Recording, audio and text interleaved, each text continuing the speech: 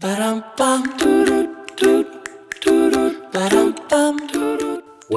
good morning, boys and girls. Lovely to chat to you this morning. I hope you've been enjoying your first week of the school holidays and looking forward to many more exciting things to happen, I'm sure, over the summer.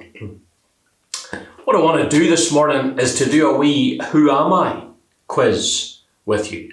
So how it'll work is I'll give you one clue, and then if you know the answer, you shout it out, and then I'll give you another clue and you can shout it out. And I think for most of them I have at least 3 clues, and hopefully by the time you get to the third clue, you'll know who I'm talking about, and then that person will come up on screen. So the first one is, my name is made up of 2 Japanese sounds. The first sound is the sound that an electric spark makes in Japanese, and the second sound is the sound that a mouse makes in Japanese. Anybody any idea who that might be? Let me give you another clue. I change, I think this might be a big help. I change into Raikou or Raichu when exposed to a thunderstorm. Anybody got it? Oh, I think some might have, but some might not. Let me give you one more clue. I am yellow with red spots on my cheeks. Yeah, I think you're getting it. Pikachu, isn't it? One of the Pokemons, Pikachu. So let's try another one. I'm half French and half Chinese. Anybody got any ideas who that might be? I've got flowing black hair with a bit of a blue tinge about it, and it hangs in 2 pigtails.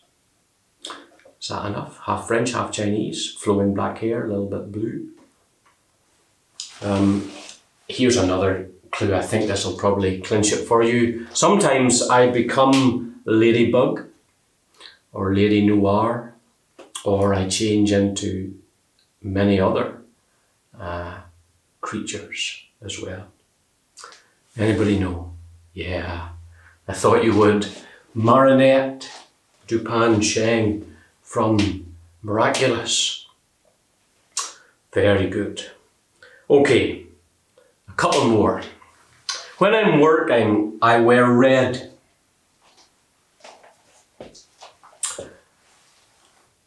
That's a bit tricky, isn't it? So this is not a cartoon character, this is a real person. I've scored 17 goals in the Premier League so far this year. Anybody know? I wear number 11 on my back. And here's the last bit. If you haven't got him, maybe some of you have, but if you haven't got him, my nationality is Egyptian. Anybody know? Yeah. Mo Salah, Mohamed Salah plays for Liverpool. One more, or 2 more I suppose, but one more person. I was born in New York City. I've got yellow hair. I'm the leader of my country. Now, this could be a little tricky. I'm the leader of my country. I was born in New York. I've got yellow hair. I'm the leader of my country. And one more clue. I've recently recovered from coronavirus. Who is it?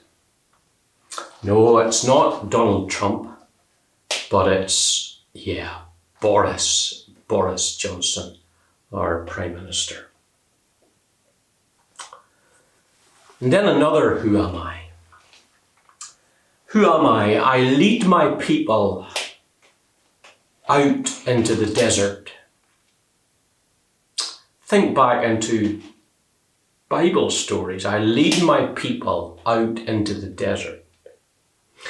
When they're in the desert, I teach them.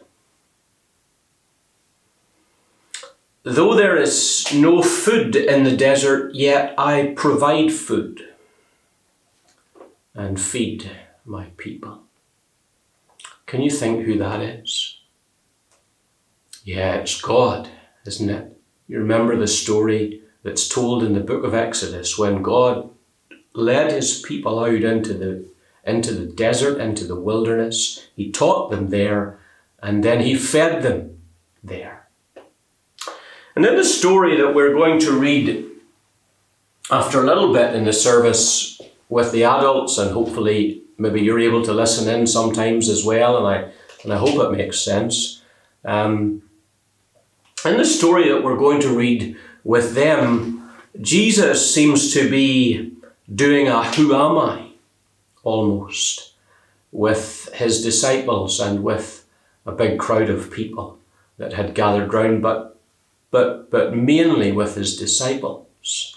And what he's doing is that he also is leading people out into a desolate place, into a desert place. You could call it a wilderness. When he gets them there, he teaches them. They sit down and they learn from him.